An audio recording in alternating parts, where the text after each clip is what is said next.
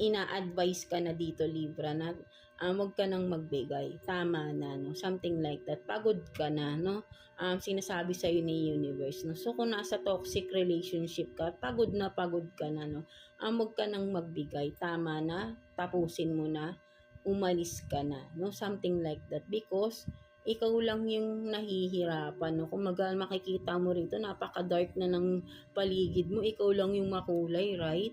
'Di ba? Hindi ka belong. Kung makikita mo, hindi mo deserve ang nandiyan, no?